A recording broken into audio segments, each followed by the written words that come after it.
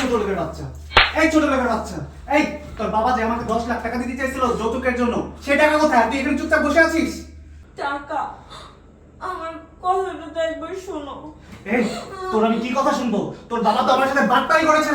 এই এদিকে টাকা, তোর বাবা বলছে আমাকে 10 লাখ টাকা দেবে, সাথে একটা গাড়ি দেবে, সেগুলো কোথায়?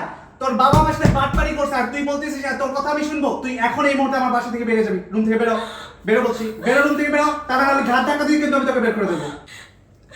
আপনার আল্লাহর দোহাই লাগে, আমার সাথে এমন করেন না।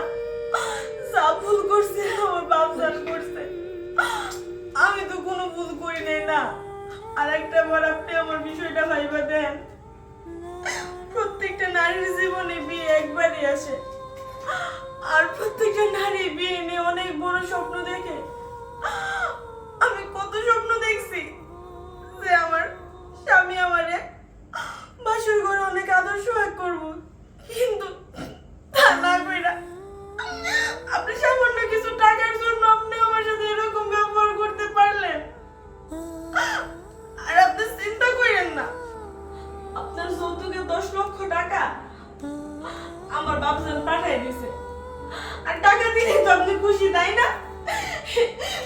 এই নেন টাকা, আপনি টাকা নেন, নিয়ে আমার সাথে একটু ভালো ব্যবহার করেন। এতগুলো টাকা? এই আসলে কি এখানে 10 লাখ টাকাই আছে? এখানে পুরো 10 লক্ষ টাকাই আছে। আপনি জানেন আমার বাপজান শুধুমাত্র আমার মুখের দিকে তাকাইয়া আমার সুখের লিগা এই টাকাগুলা খুব কষ্ট করে ম্যানেজ করছে। আচ্ছা শোনো, এইসব কথা বাদ দাও। যেহেতু তুমি 10 লাখ টাকা আমারে দিছো, এগুলা রাইখা দেই, চলো আমরা বাসর ঘরে কার্যক্রম শুরু করি। আসো। খবরদার, আপনি আমার ছুঁইবেন না। আপনার মতো আমার ছুঁইবার পারবো না। আপনার মতন একটা লোক আমার ছুঁইব, সেটা আমার ভাবতে আমার ঘৃণা লাগে। আপনার তো দরকার ছিল টাকা, আর আপনি তো টাকা পেয়ে গেছেন। আপনি তো টাকা নিয়ে শুনে থাকেন, আমার দিয়ে আপনার কি হইব? আপনি কি ভাবছেন আমি আপনার সাথে সংসার করব? কখনোই না। আমার বয়ফ্রেন্ড আছে, ও আমাকে অনেক ভালোবাসে। ওর আপনার মতন এরকম লক্ষ লক্ষ টাকার দরকার নাই, ওর শুধু দরকার আমাকে। আপনি দেখতে চান আমার বয়ফ্রেন্ডকে?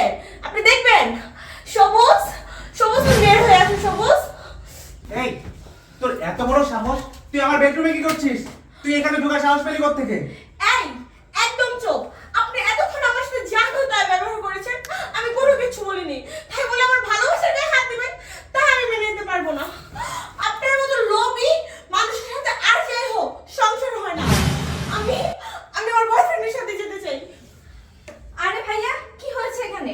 কি হয়েছে মানে কি হয়নি সেটা বল। দেখ আমারই বাসার ঘরে অন্য একটা ছেলেকে নিয়ে ও চলে আসছে। কি? ছি ছি ভাবি, এটা অন্তত আপনার কাছে আশা করিনি। একদম চুপ, তোমাদের মুখে এইসব কথা মানায় না। আর তুমি আমাকে ছিছি বলছো? আমাকে ছিছি করার আগে তুমি তোমার ভাইকে প্রশ্ন করো।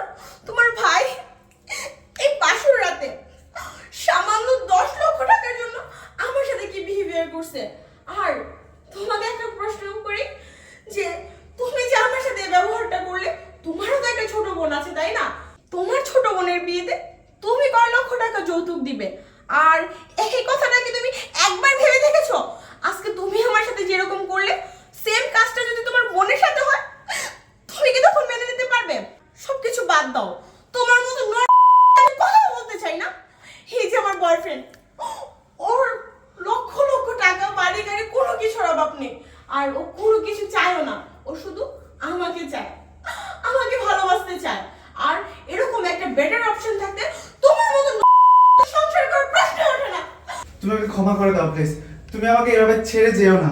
আসলে তুমি যেটা বললে ঠিকই বললে, আমি এভাবে ভেবে দেখিনি। তো আমার ঘরে তো একটা বোন আছে, আমার বোনকে তো বিয়ে দিতে হবে। ওর সাথে যদি সেম কাজটা অন্য কেউ করে, তাহলে তো আমি এটা মেনে নিতে পারবো না। তুমি প্লিজ আমাকে ছেড়ে যেও না। চুপ!